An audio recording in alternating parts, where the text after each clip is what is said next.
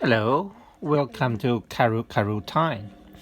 Today we are having a look at this new Apple TV 4K comparing with the old uh, the third one. This is the 199X model. So this is the last of the original Apple TV. Third generation, this one, and this is the fifth generation. There's a fourth generation in between, but I think that one is not even 4K. It just got the fancy remote. Now, why am I comparing these two? Apparently, this model can do better picture when your source is 1080. So when I watch YouTube, example like that is a Chinese TV. That's on my 4K 65 inches. So at the moment it's running on the Apple TV 4K, which is this one. Now, apparently when I look on this, the YouTube display not as good as this one, and I didn't know why. Netflix same. Apple TV is better on this one, and this is how to fix it. So basically on here is 1080 and your source is 1080, but your TV is 4K.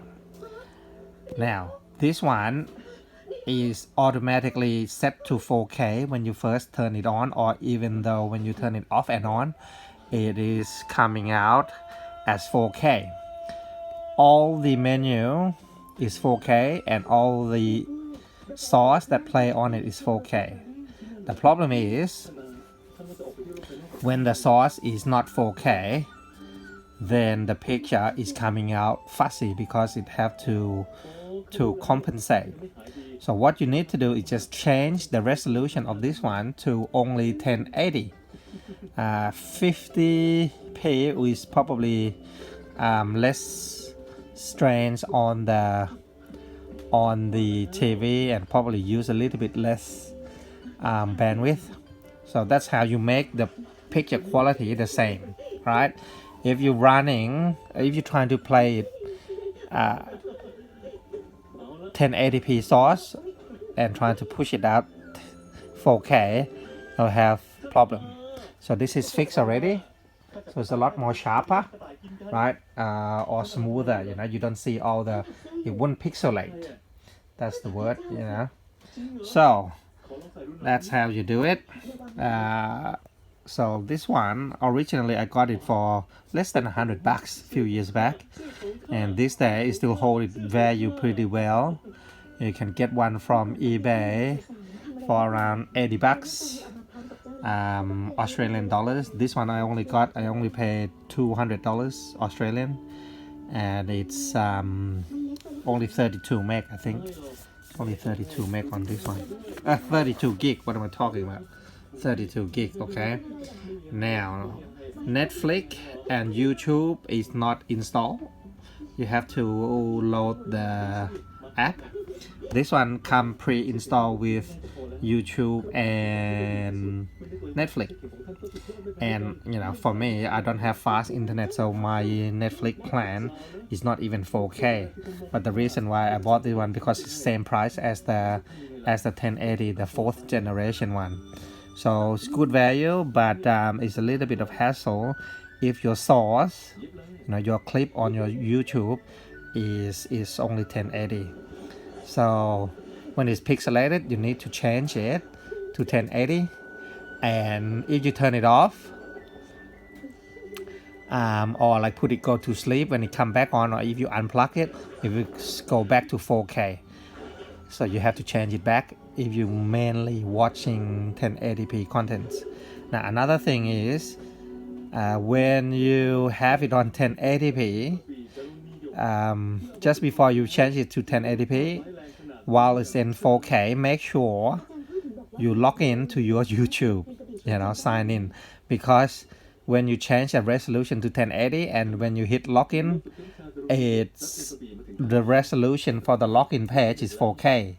Stupid. So you can't see, you can only see a quarter of the screen, so you can't type in and log in. You have to set it back into 4K just to log into everything, I assume, but I tested with YouTube, you can't see the full screen.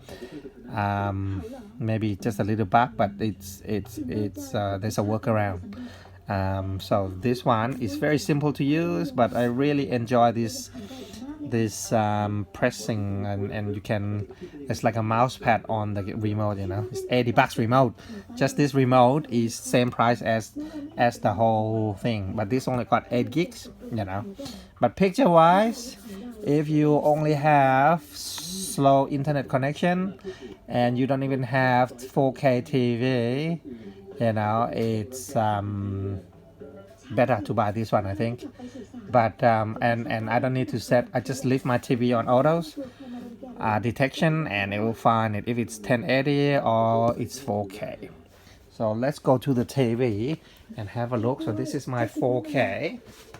This is my 4K Apple TV, and if I press the remote, it will show that even though it's coming out of Apple TV, it's only 1080p 50. All right, so that's my nice fancy remote. Okay, that's it for now. I'll probably have a title, something like 4K Apple TV versus 1080p. All right, see you, bye.